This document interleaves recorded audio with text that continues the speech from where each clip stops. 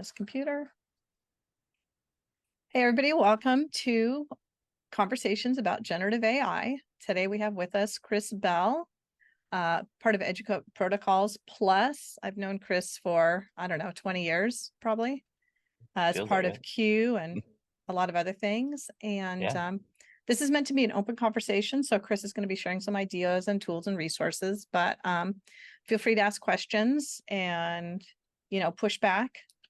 And looking forward to a good conversation. So Yeah, no pushback. nope. I'm there's no right answer here. True, true.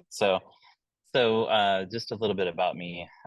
Started off in the charter independent study world back in 2005, and then taught in elementary and taught in middle school and high school. Wound my way around, ended up at Saddleback Valley Unified with Mike Morrison, some of the other folks over there. Did lots of big rollouts as part of SBAC and big professional development, rolling out HyperDocs and all sorts of teacher training and pedagogy. I worked with Andrea on OCQ board, and then worked with that tech team for a long time. Nowadays, I work with John and Marlena at EduProtocols.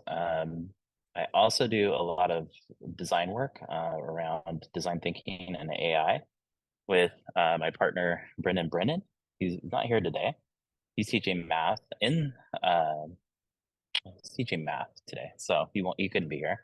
And then recently took on a role with a virtual charter school focused on student support, and so I'm kind of covering a lot of different avenues there, looking at career and college readiness, specifically CTE, looking at AI, computer science, and then secondary to that, also looking at how and where AI fits in with the role of the teacher, as well as with student supports. So we're kind of noodling on it from many different angles right now, specifically with kids. But I think where we're at, I'll just say this: the best. A few months back, probably about maybe 5 or 6 months ago, I felt like I was having an existential crisis, right? About AI. I've got a kid, freshman, got one in seventh grade, and I'm going, what is this going to mean for them, right? Trying to wrap my head around it. And I will tell you that many months later, I still don't have the answer, nor do I think I'm going to have the answer anytime soon. But what I do know is that the more that we can help our teachers and our students kind of work collaboratively with AI in an ethical and meaningful way, that, like we were talking about, Tim, we can get back to the more human side of learning and more experiential learning. I think we have some real significant opportunity. And so what that means, I don't know. I will not purport to be an expert. I just love interacting with the technology right now and trying to find a space for it. So I'd love to hear from anybody, what roles we're all working in, whether it's a principal or whether it's a teacher, kind of what your take on AI is. It's kind of an open forum. I do have some tools that I want to share that I think are actually really good. We're finally getting to a place where some of the stuff is good, where I go, oh, I don't hate that. Because it's creating some real opportunity for teachers to do some meaningful things with the technology. So I'll open it up.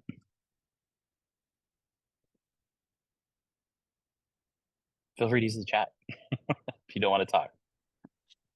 So, Chris, do you just want kind of a introduction and like kind of where you're at Yeah, with AI? Okay. yeah, love So that. my name is Jennifer Acuna. I work with career technical education. So yay you for getting into dipping your toe in our playground.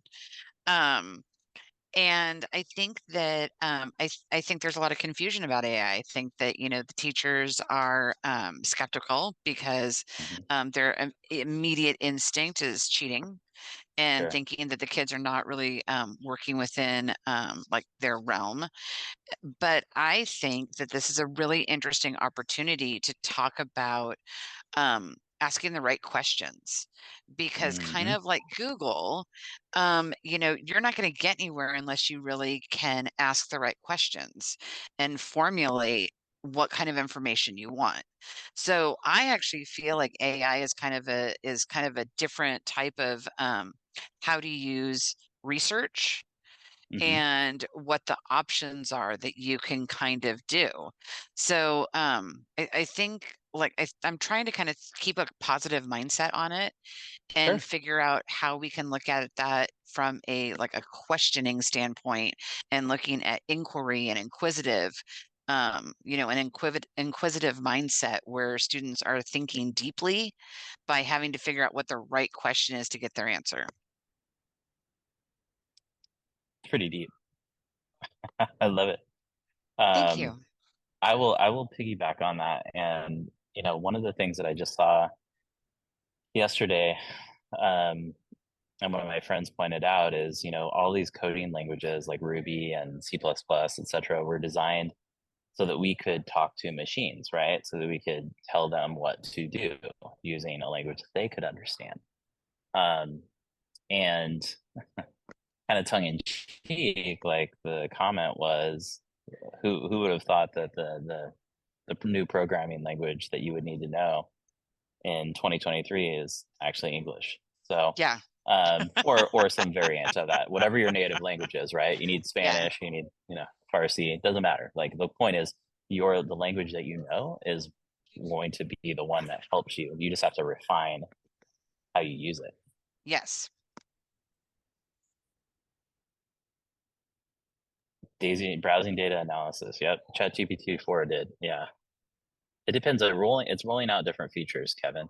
Um, some of the plugins are terrible. I should show you the presentation that I had it build for this. I was like, well, I'll just do it anyways. Why not? It's just so you can see. Um, kind of talking about about how.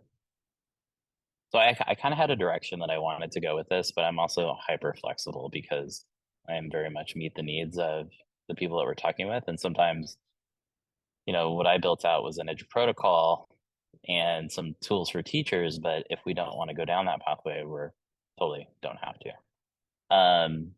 But one of the things that I did was this. So I used ChatGPT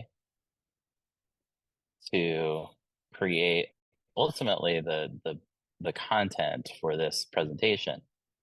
And then I used one of the slides plugins. I think it was slides.io or something like that, and had it create this. However, best part about this is is this is not very good, and I would have to go through and actually clean the heck out of this thing because it's not good. And this is a paid product. ChatGPT failed me and gave me all bad information. So I was like, I just want to use this as an example of what you get. And it could have been the prompt, but if I have to do a ton of research to give it the prompt, then is that a very useful exercise? So just something to kind of highlight right now. Where I think some of these things are not useful for teachers. Like Well, and and I Chris, and I I'm good. sorry, but to this point, it it may not always be useful for teachers, but I do think that when you come up with an example like this, you know, I think it's a good example to make the kids have to work harder for their prompt, because it Mm-hmm. goes back to that deeper thinking, is this what you wanted? Probably not. We just had an advisory meeting, and one of the best things that we got, like one of the best pieces of like what we need to teach kids Mm-hmm. was how to make engaging presentations. So things that aren't information, but they also have a way to become engaging in a classroom. And I thought that was really interesting because I'm like, I don't even know that AI could do that. Well, it could. So that's a really good point that you bring up, and feel free to jump into this conversation, anybody at any time. My instant thought on that, Jennifer, is what we need to teach our kids is storytelling. And a good presentation tells a story. Like I could walk you through a bunch of slides and you might be like, oh, I picked up a couple of facts. But at the end of it, if I tell you a story, you're going to remember it that much more. So thinking about things like the hero's journey and helping students understand that process. And that's, I think, where not only the teacher, the human side of it can support, but also the GPTs, they can support that as well and helping give feedback on stories.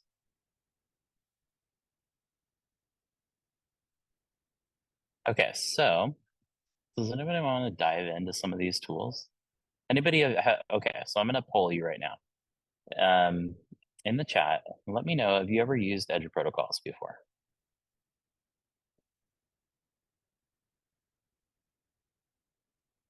Just a quick yes or no in the chat. What I'm going to do, I'm going to drop. Okay, good. All right, well, this will be helpful. I know you do, Andrea.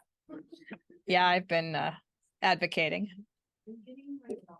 So what I'm going to do is I dropped a link in there, and we're going to start with this activity that we call a thin slide.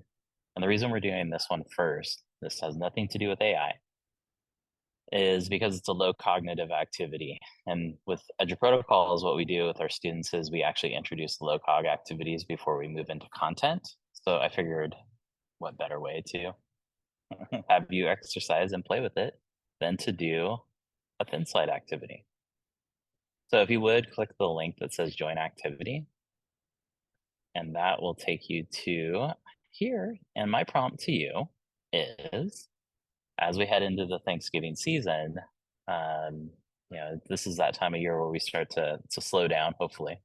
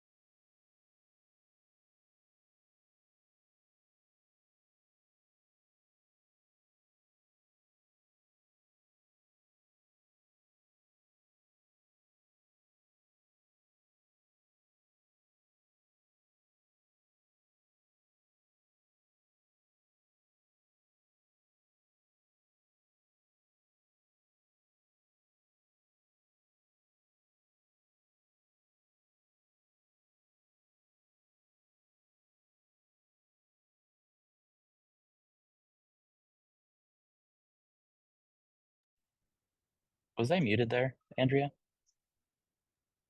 I think so. If you were talking, yes. It I was wasn't watching very, your lips. I was working, so. it was very profound. It was very profound. Oh my gosh. So what I was saying is I like to go, so if I'm doing a thin slide activity, whether I'm doing an intro activity or I'm doing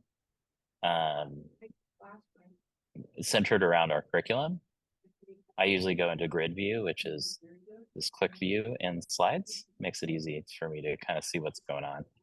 It's my favorite. Hide this. And so as my students are working on it, I'm thankful for my support system. Oops. The annotation. This is great. I am thankful for rest. I don't get any of that. I've opportunities to earn. I like this group. All right. me clear my annotations.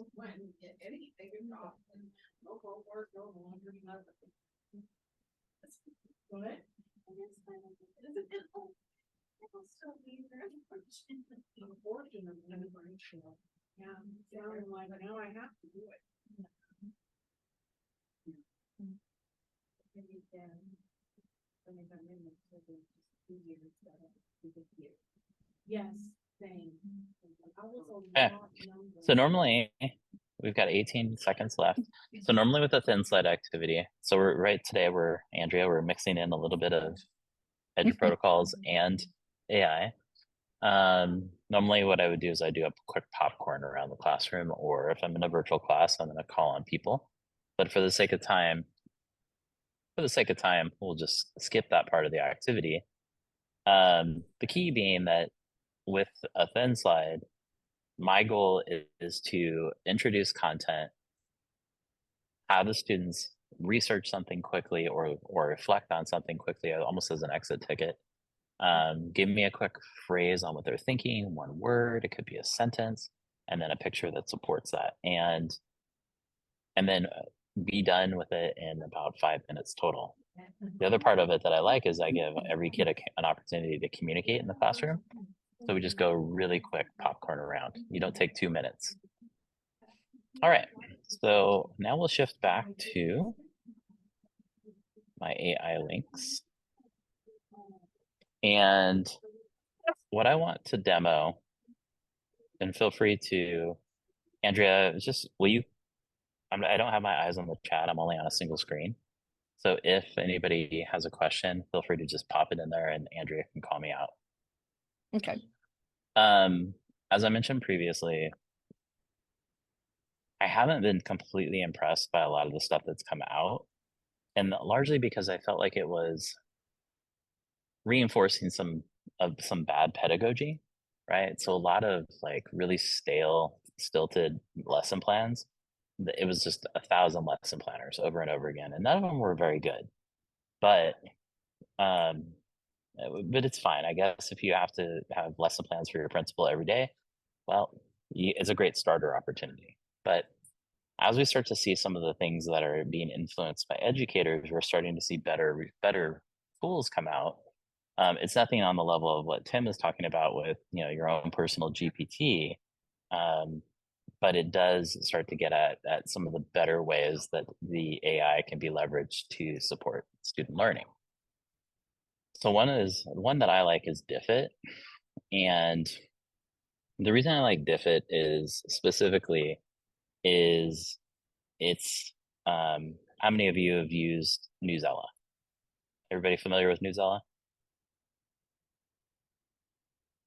Yes, Eric, a lot of adapting and improving.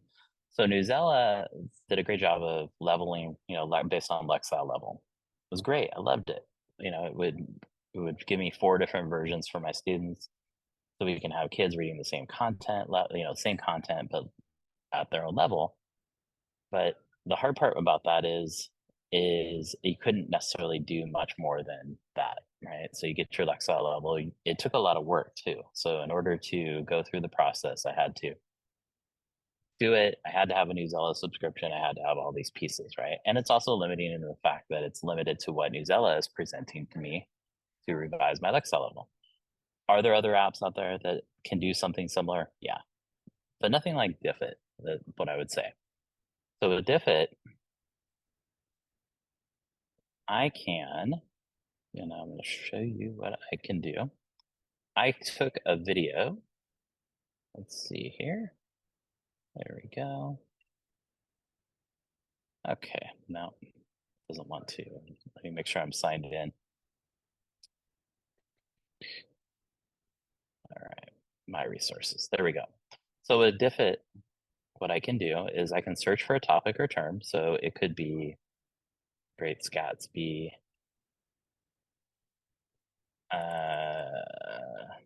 I want it to be modified to be discussed at the 5th grade level, and I can now generate resources.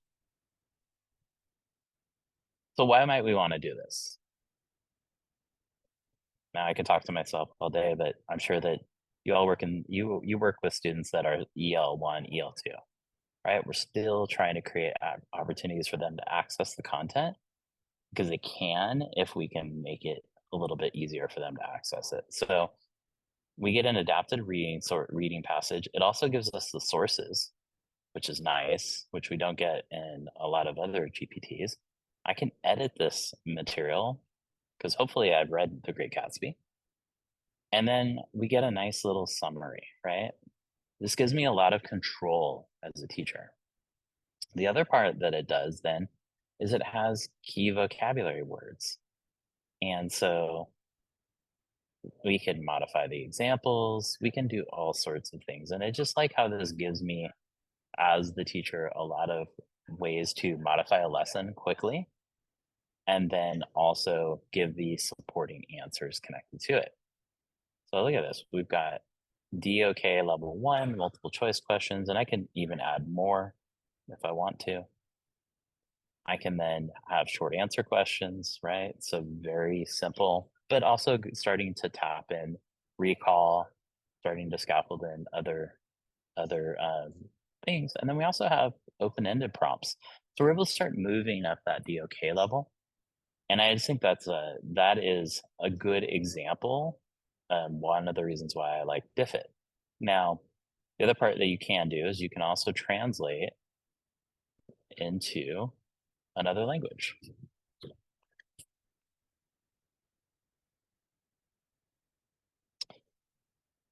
And just wait till you see the exporting though.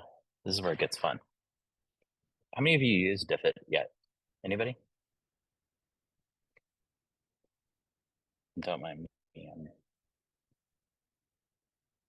Okay, so once it loads, you'll see. Okay. All right, so we get an adapted reading source.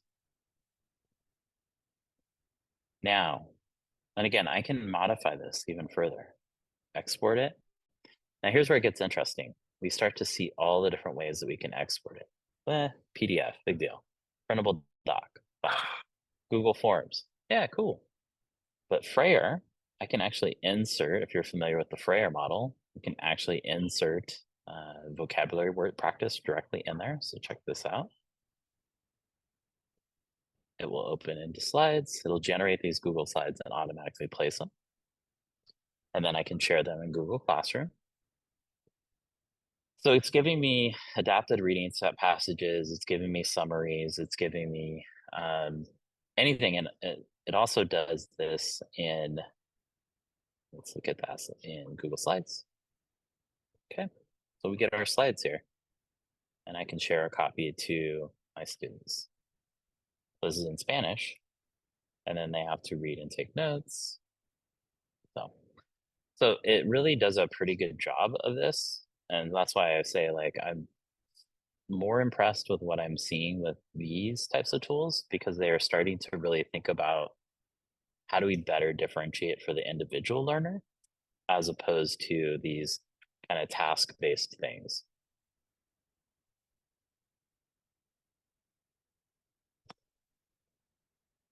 Yeah, sorry. Sorry, Andrea. Yes, or Canvas, because I think you can share the link. But if you're using Google Classroom or Canvas, you can obviously export into slides and then bring it into Canvas. The other parts is you also have the CER, short answer questions. So there's a whole bunch of analysis that students can do. Yes.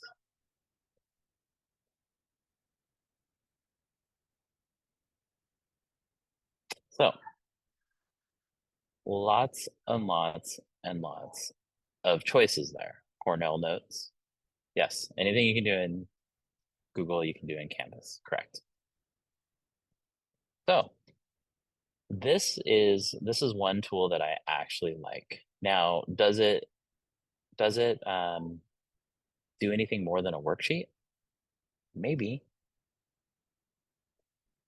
If it's interactive. So this is where we have to have our students kind of working together and elbow partners. We have to have meaningful conversations.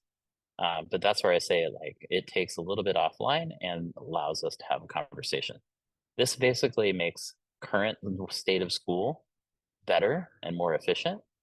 But I also think that it also makes some of the learning experiences better because it's a little more personalized to our students. I'll pause right there. Andrea, have you seen this? Yeah, I've started to play with it a little bit. Yeah, Diffit. I think Diffit is probably one of the better. It's not. It isn't. It's not like Magic School, which has 1,000 different applications, which we'll take a look at. But what I like about it is what I can do with for my students at their level, and that's key. Questions, wonders. I've been kind of doing this on my own, just with my custom chat GPTs that I've been trying to make and prompting it with like big long pages, but this makes it so much easier to just be able to, it's the exporting the resource that it turns it into, like there's AP stuff that's aligned in here. So like the hippo thing or for document analysis, like these are amazing. So I didn't realize the export feature was this rich. Yeah, and that's that. I think that's the key, right? And if you look at the scope of the materials, it goes well beyond like what you would traditionally see on, let's just name it, like a TPT worksheet. It's going into much more rich pedagogical strategies, and really honing in on like CER, right? Claim, evidence, reason, and really just you can double down on those things pretty quick. And obviously, it's applicable across content areas. The other thing about it that if you take a little exploration on Diffit is that you can take a YouTube video and actually link to a YouTube video, and it will pull all the content out of that YouTube video and actually do the same thing. It'll summarize it for you. It'll provide you with a summary description, summary key points, and do all those things. So it can do all these things really quickly and easily. What I don't like about it is that sometimes I want to be able to do I use a formative assessment tool like Quizzes or Bookit or Gimkit or one of those ones, right? For low level repetition based vocabulary teaching or even just concept teaching. And it doesn't do that. There's no clean way to do that. So can't do it all yet. And eventually, maybe Tim, it'll be just an individual chatbot that I deploy and it works with my individual student. Having a Socratic dialogue one-on-one. That's really what I'm trying to build with my custom GPTs. Is I did that so I teach AP macro in Santa Ana, and that is a taller. So it's just difficult with the amount of vocabulary that's in there for our multilingual learners. And so I created with like a 2.5 page long prompt this tutor, and then just shared that chat with my students. And some of them are using it, but it's also what's going to stop them from just being like, stop being a tutor and just tell me the answer, because they could just type that in the chat. So that's interesting. Yeah, that's a good question. Go ahead, Tim. I didn't mean to cut you off. But now with these GPTs, they can't do that. So that's something that's really powerful as I'm seeing is I could make tailored tutors to specific, like literally to the standard. And say, here's this, AP standard on aggregate supply. Be a tutor, and it'll basically just tutor them through it, show them formulas. It's not at the point where it can like make graphs, which is, would be ideal for macro, but for like AP World, they could, explain the intricacies of the Mongols pretty easily. It can do that already. So, yeah, I mean, you bring up two interesting points that make me want to birdwalk mentally. Like, the first is, so how many have you in here have played with Conmigo? Khan Academy's chatbot. So what I like about Khanmigo specifically is it is a Socratic dialogue. It will not give you the answer. And it basically pulls the student through the learning process. So it tries to draw instances that relate it to their current world frame, right? So, but it doesn't draw graphs and it doesn't talk to me. And that's part, I think, of like some of these things that are missing. It doesn't talk to me yet. Unless have you tried Tim? I know I'm just going to lean on Tim here. Tim, I'm sure you've tried the ChatGPT on mobile with like the pseudo Scarlett Johansson like conversation voice. Oh yeah. I'm Yeah, gonna divorce my wife soon, so just replace her with ChatGPT. So I sometimes I'm having conversation. I asked her. So interestingly, I had a conversation. I tried to record it and it wouldn't record because Apple has that privacy blocker on recording conversations, and I think it activated and said that this is a conversation.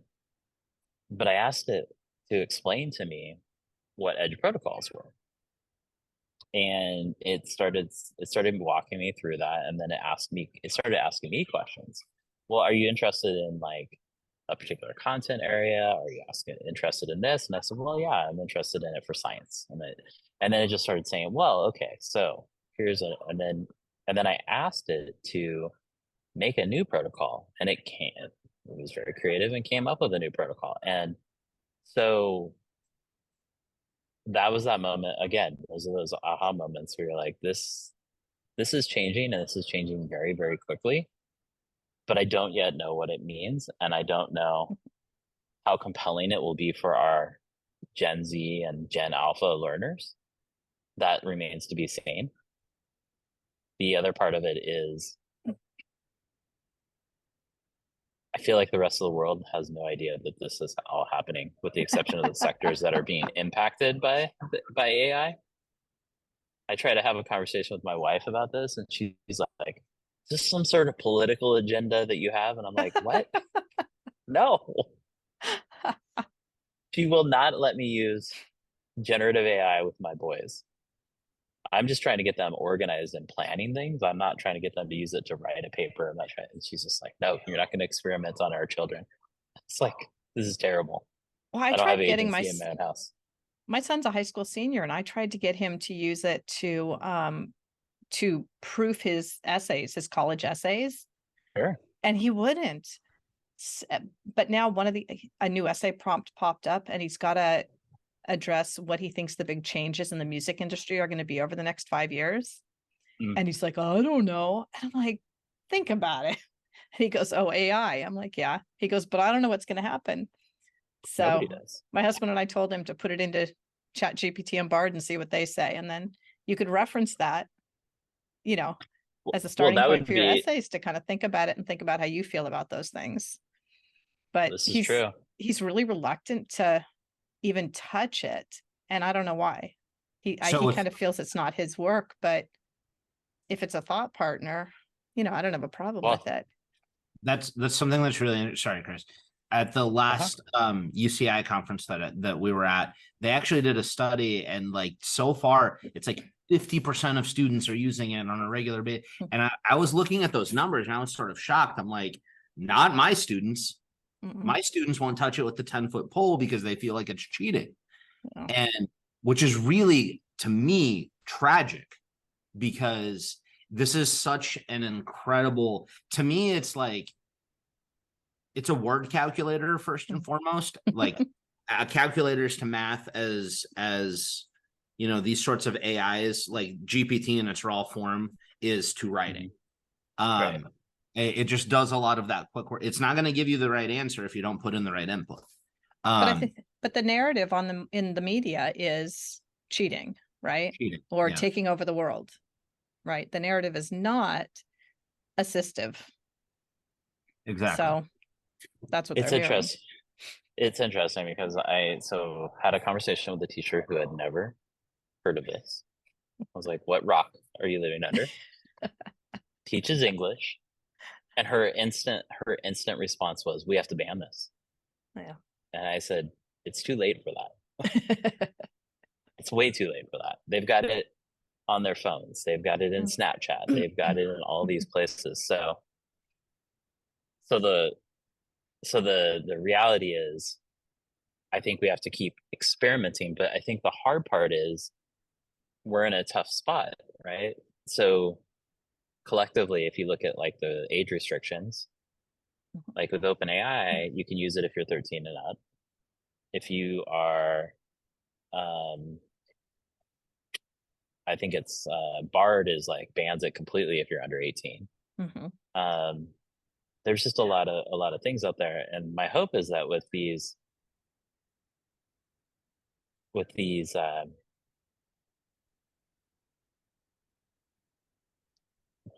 well, for lack of a better word, our helper GPTs, that we can create these and then share them, let our students access them and interact with them. I know that there's the reality is that we have a lot of things to unpack, and I think the instantaneous jump towards the bias conversation is real, right? There is bias, but there's bias in everything we interact with in life. So I think we have to just we have to acknowledge that and address that and be upfront about it, right? The other part about it is a lot of this stuff is junk that comes out of it. And I say that Yes. only because, Tim, you're correct in that we have to prompt better. And teachers and students have to read what it was coming out of it. So I would read conference submissions and conference proposals, and I was reading one, and it was like a couple paragraphs long, and I had to email the person and say, "I think I know what you were trying to say. I think I know where you were going. However, it looks like you ran this through ChatGPT, and I could insert any word for the word that you used, the keyword that they use throughout it." And I said, and it could represent anything. I go, "You basically said nothing for 2 paragraphs." And I see that a lot with the examples of what ChatGPT will even produce for myself, even at first blush, right? It's an iterative process. So all of these things, even if I go back to Diffit, that first edit should be the first edit, and you should continue to hone it and refine it and make it better, because that first version is just not good. Like I can target, like there's the AI detectors, and I can detect AI because I'm human, right? We can read something and we can say that's clearly not written by a human right now, because it's a little bit of word salad. There's words that it likes to use the word delve, which I'm like, nobody uses that word. Come on, like no one uses it, but it likes to throw it in there. I go, it's like one of their markers or something like that. But as you start to iterate and work with it, I feel like there's learning that's taking place. And so I think that's what's going to be interesting as we start to unlock these micro learning, LLMs on students, with students, what that does for the learning process. And I know that, Tim, you're working with Warshower on that. It's interesting because I do think that right now it would be comparable, right? Human feedback is going to be as good as AI feedback, although the AI feedback will take less time. So that's kind of the key factor. But when the AI feedback exceeds our human feedback, well, then we have to make a choice, right? Like I have to resist sometimes the urge. I'm like, I have to force myself to write a couple of paragraphs before I ask ChatGPT to do something with me. I have to give it a kernel of information. So, okay, so I want to skip ahead. I've got a couple more tools that I think would be worthwhile, and I'm enjoying this conversation. Andrea, we can always anybody feel free to jump in. I'd love to keep the conversations going after this. So So, Chris, one thing I will say is we have a tendency of writing a lot of stuff and we need to translate it for parents. And I Mhm. will say throwing things into Chat GPT for translating, if you've already written it, the language is actually better than going through Google Translate. So it's not as Oh. formal. And so that's one of the things that we've been using it for here, where it's just super simple to go ahead, throw it in, like I said, more for parents than anything else, just because of our communication with our parents. So we found it to be very effective because we've had a lot of our like Spanish speakers just like, oh, okay, yeah, I'll read over it, and it's been pretty spot on. that's pretty good. And are we still having it spot checked by a native speaker or a fluent speaker? Yeah, that's what No? I was saying. Yeah, That's what I was yeah. saying is, Oh yeah, yeah, sorry. they're saying it's pretty spot on. They just don't have the time to translate it, but they'll review it Got it. after I get it translated. Yeah. They're like, oh no, Jen, this is spot on. That's really good. I mean, I've always been reluctant to use Google Translate because I'm like, "Oh, that seems overly formal." Hmm. Because I did 4 years of Spanish, 4 years of French. That was probably the most useless 4 years of. Well, I would I have. have a situation where I have a Chinese student. I'm prepared for Spanish learners, right? Yeah. Then I'm like blindsided, and which like here's Mandarin, and I'm like, what? And so for lectures, here's my laptop, here's GPT-4 in one tab, here's my slides in another, copy and paste, go.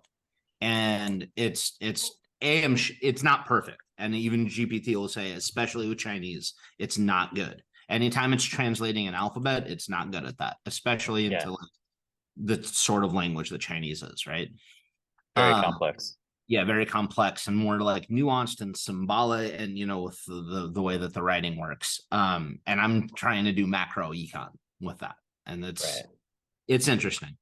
So but another thing that the speaking of the translation part is getting over that hump, as kind of like the consensus that I've gotten so far is that getting over that initial teacher apprehension of cheating, the way to do it is exactly what we're doing now, and like Chris, what you're about to do, which is these tools that save us time on the back end. Right? Absolutely. So that parent Absolutely. communication, like what we're doing now, and then also like the number one thing that I've heard is decide what your policy is now. So we're not wishy-washy in your classroom. Like my syllabus at the beginning of this year, I was the only one that did it, was I am using AI this year. This is how I'm going to use it. Here's how your student is allowed to use it or not allowed to use it. And for the most part, it's not allowed, because better safe than sorry for now.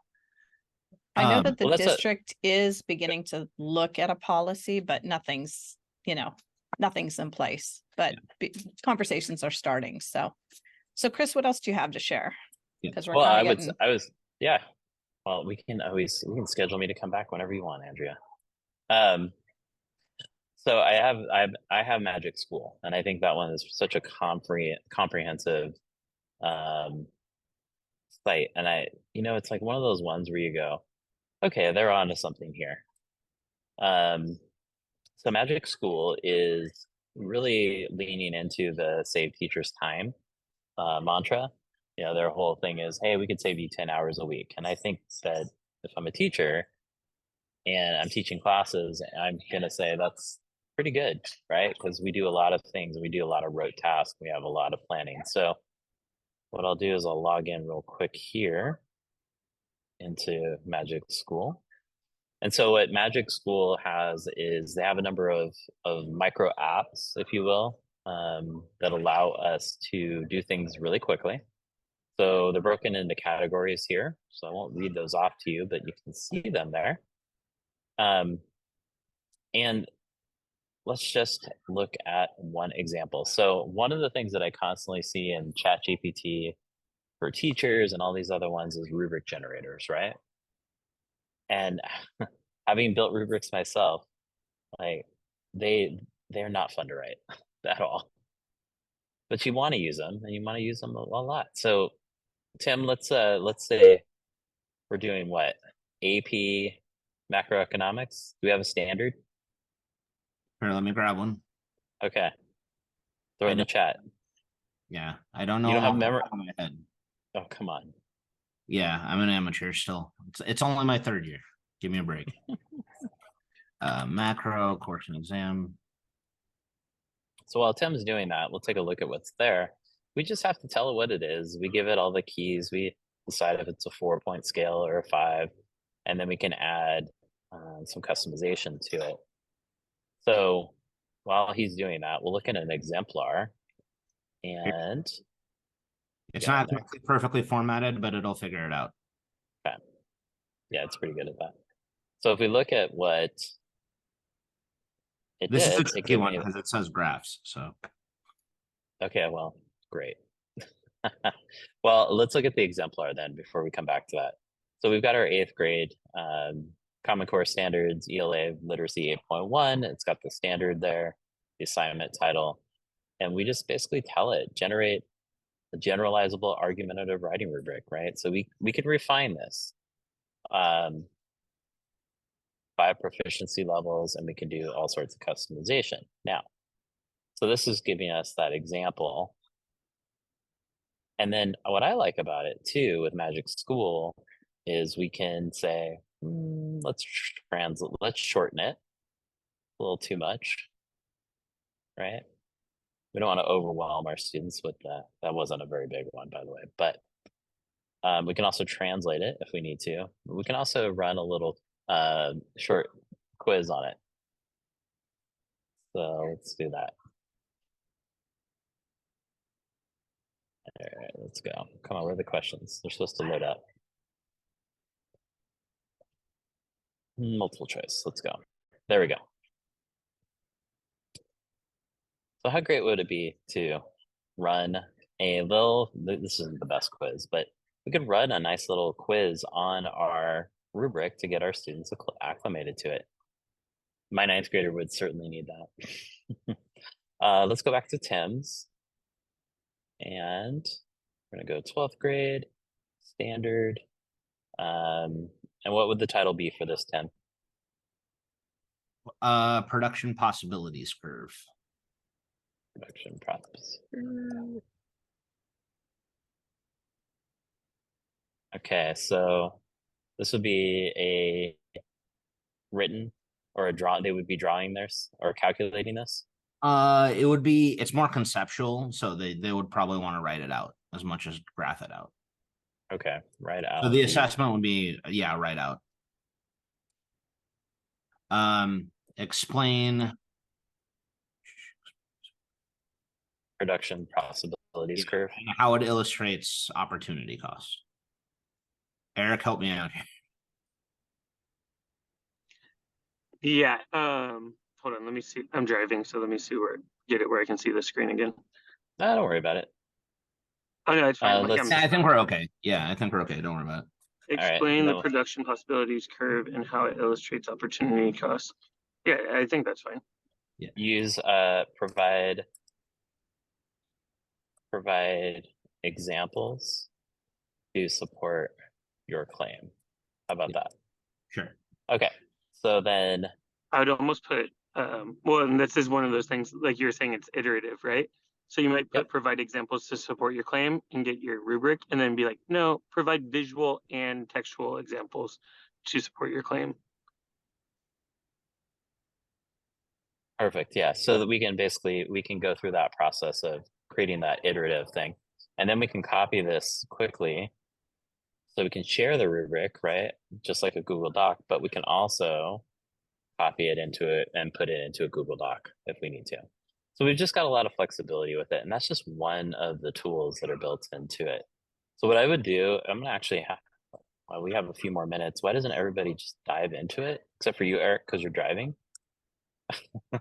And log in with it and test it out. It's to me, there are so many fun ones in here. Did you see the brand new social? What was the social generator? I don't even know what it does yet. I saw it today. The very top it right. Was There you go. the Social social stories. stories. I don't even know what that does, but it sounded really interesting in the email I read. Oh, Generate pick a a social situ- story. Yeah. oh, pick a situation. So you're developing Oh. empathy. Oh, Um, wow. So there's a little bit of SEL here. It could That was- be large crowds, large noisy crowds, crowds, or a student with autism. Could be high functioning autism. Okay. Wow. I mean that wow, that's a huge story. So point being, there's so many of these different tools, and these are just what they've been releasing in the last couple of months. I mean, the stuff that, so we've got our DOK question generator, which is really good because we're trying to move students higher up on that DOK level. Everybody's favorite report card comments, or student work feedback tool. Now, this is one that's controversial, right? This is based on a policy that each district has to navigate, and eventually, I think we'll all land somewhere. So, grade level, kindergarten, assignment description, focus of feedback, rubric categories, and then student work to get feedback on. Now, here's an interesting thing. So, I don't know where everyone lands on this personally, but there's a lot of furor in some of the Facebook groups that I'm part of.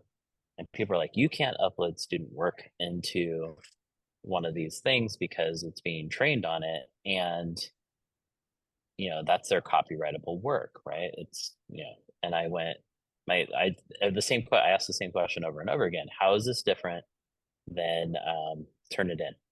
How is this different than Turnitin? And nobody can answer that.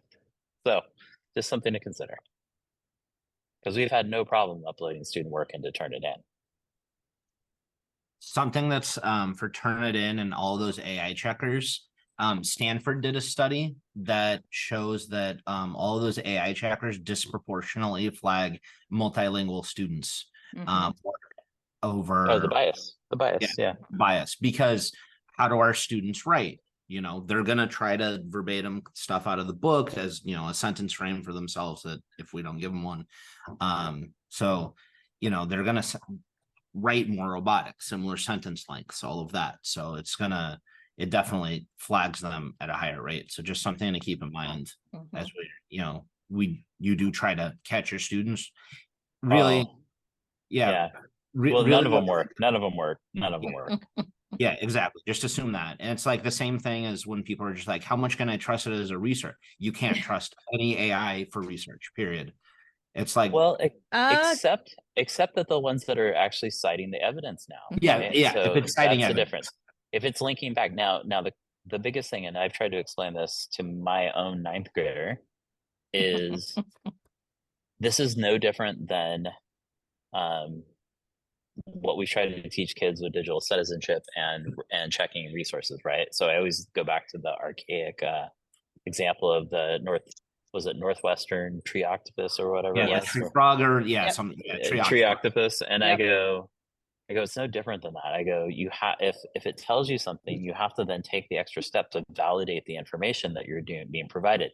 And so there's a number of teachers that are using it in that regard, intentionally placing deceptive information in there on literature summaries or science or even social studies, and having the students read through the materials and then determine what is inaccurate. All right. And the only way to do that is to spend time researching the web and going outside of accepting what's in ChatGPT. So there is a way to teach this to reinforce and also get students digging in a little bit deeper and thinking more critically. Yeah, I think that's actually. Sorry, go ahead. Oh, sorry, Tim. I was, earlier when you were talking, Chris, about that teacher that was like, we have to ban this right now. I was thinking about like what would be an appropriate analogy. And when I was taught to drive, I was taught on a manual car. And my mom wanted an automatic did not want an automatic because it, you have less control over the car. And now, like, my car is a car that has adaptive cruise control. And I was terrified to trust the adaptive cruise control at first. I was like, Yeah. is it gonna stop? How do I know? And the AI is kind of like that. Like, we've had AI. People think we haven't had AI. We've had AI Right. for a very long time. It just hasn't done what it's doing now. And it's kind of like adaptive cruise control. Like, now, we can let go of a little bit of control and make some things easier for us. But yeah, you're right. We still have to, maintain it and learn how to use it properly and all that. Or it's unintentionally going to accelerate us into a guardrail like a Tesla. So Exactly. it's I think the salient thing that I think Chris you were mentioning was that using those kind of tried and true civic online reasoning things that whether it's like ISTE has made, or there's so many resources, and you can verbatim say, if you're gonna treat, it's like Wikipedia, it's Wikipedia or Google, you can't trust the first thing, you have to corroborate, you have to do, there's like Stanford History Education Group has a great one for civic online reasoning, that's lateral reading, that it's like just hand those tools out, and it's AI is no different. In fact, it just makes it harder. But yeah, like you said, when it does cite sources, that's really where the magic is that it can do it quickly, as long as you're actually clicking the links. As long as you're actually looking at the sources, because citing a Reddit forum is probably going to be a little questionable, right? So, But Google depending has on have you Go seen ahead. the Google Bard now has a checker It does. against, but it's checking against itself, right? Checking against Google. If you scroll to the bottom of Bard, there's a G. So what I Uh-oh, do like Chris. about Bard, and I didn't bring that in here, is that it. Oh, did I go? No, you're here. Okay. What I like about Bard is that I get 3 choices. Mm-hmm. Am I destabilizing? We're at an hour and it's like trying to cut me off. Oh, It looks like it's cutting out on me. so Chris, have you tried Brisk? Because I've heard some ELA teachers using Brisk and running their students' work through it as the first pass for feedback, but I haven't tried it yet. Brisk is good. You talking about Brisk learning Mm-hmm. or Brisk teaching? Sorry. Oh, I don't know.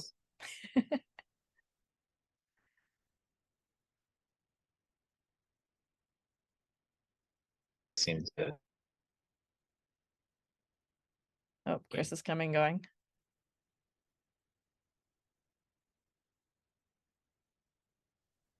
Well, we've kind of hit our hour here. So if anyone would like to hang out and chat a little bit more, or anyone else want to share experiences? Turn off my video. Can you hear me? Yeah, you're back. Or not. Maybe jump out and come back in. One recent experience while he's stabilizing. So we're working on speeches on community issues, and I told the students to, I'm like, oh yeah, if you need to, like, jump on Chat GPT and just ask it to give you a list of issues that you can choose from. They're like, what? Can we use it to write our speeches? I was like, no, and I'll know right away. Like, it's really easy to spot if it wrote it. Like, Yep. but what's the difference between jumping on there and jumping on Wikipedia Mm-hmm. to look at information? Like, outside the fact that, yeah, we want to make sure, regardless of where you go, that the information's reliable. Well, I think you're correct on that, because sometimes our students just need a place to start, right? They're just stuck in that, that paralysis. And if they can have a conversation. I was working with a teacher on Friday. Oh, Kevin just jumped out, one of his teachers at Willard. And we're doing an EduProtocol called Cyber Sandwich, where they have to just take notes and then summarize the text. And it's a partner activity. But we wanted just a fun text to start with, nothing content related. And so she decided to do the history of root beer. So she put into ChatGPT, write me a factual yet funny and entertaining story about the history of root beer, and for a fifth grader. And so, out popped some really clever text. But she's also working on literary elements in her class. So she said, add 5 literary elements. So not only did it rewrite the text with the literary elements, she then said, list the literary elements. So it had the simile and it showed what was the simile and what was the metaphor. But she's going to give it to her students and have them pick out the simile, the metaphor, to identify those elements in this really funny, low level text. But then she took the whole thing because she wanted to fact check it, right, from ChatGPT, and put it in Bard, and it came out as most everything was verified. And it highlights it in green, so you can click on to see where the information came from. So we were able to verify most everything. There were some opinions, which was interesting, that were highlighted in red. But then she put into Bard, what would you say if I told you this was written by ChatGPT? And Bard said, I think ChatGPT is a great, large language model, and it's always improving. But we had this like 20-minute conversation with Bard about ChatGPT, and it was super funny, but it was super engaging. I could totally see our students having a conversation with this AI. And, maybe some of our kids that have no one to talk to, or just, need a friendly face. It's a little bit scary, but it was cool at the same time, right? But I did notice, because then she put some of that into ChatGPT, and it was much more stilted in terms of its emotional response, I guess. It's seemingly emotional response. Whereas Bard said something, at the end, she said, "You are a rock star." And Bard said, "Thank you for thinking so. I really appreciate it." Oh, and I do like rock music, So I don't know. It's an interesting tool if we can leverage it. Well, and Well, you I said think- also, Good. oh, go ahead. Sorry. Go ahead, Eric. I was just gonna say, you said sometimes our students just need a place to start. That's when I turn to Chat GPTs when I'm stuck on a lesson and I just I cannot figure out where to start. I'll just start running iterations of it, and then it'll never give me something perfect, but it'll give me something that I can work with. Where I'm like, oh, yeah, I'll use those components. Then I'll throw this EduProtocol in, or I'll throw in this other tool or strategy, and then next thing I know, I have a full lesson plan. But at least it gave me somewhere to start. And unlike Magic School, ChatGPT, you can say, create a 5E lesson plan, use the 5E format, or use design thinking format, or do an inquiry based, or do PBL, right? So you can get these different iterations and compare them. And I think if we teach teachers how to use them, they're going to start designing some better lessons, because, we get stuck in a rut and it's easy to do those worksheets, and that's really not where Well- our students are. So to your point, like the biggest, so the ebook, I think you've seen the ebook that Brendan and I did, Andrea, right? No, I haven't seen it yet.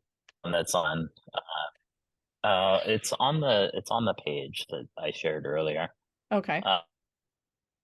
To you.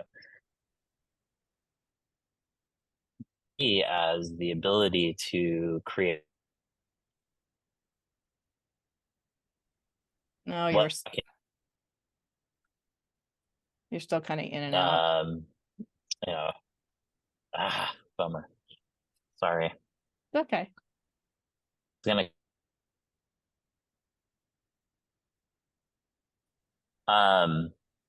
Anyways, I'll send that to you, Okay. and just take a look at it. It is how we really write good prompts, and how we think through the iterative prompting process to design PBL, to design lessons that truly address equity issues, that we run it through another third-party filter to look for bias. So it's an opportunity to do some interesting things. Oh, interesting. Anyone else have questions or feedback? Right, well, Thanks, Jen. One more thing for me to do. No. Just trying to keep you employed, Andrea.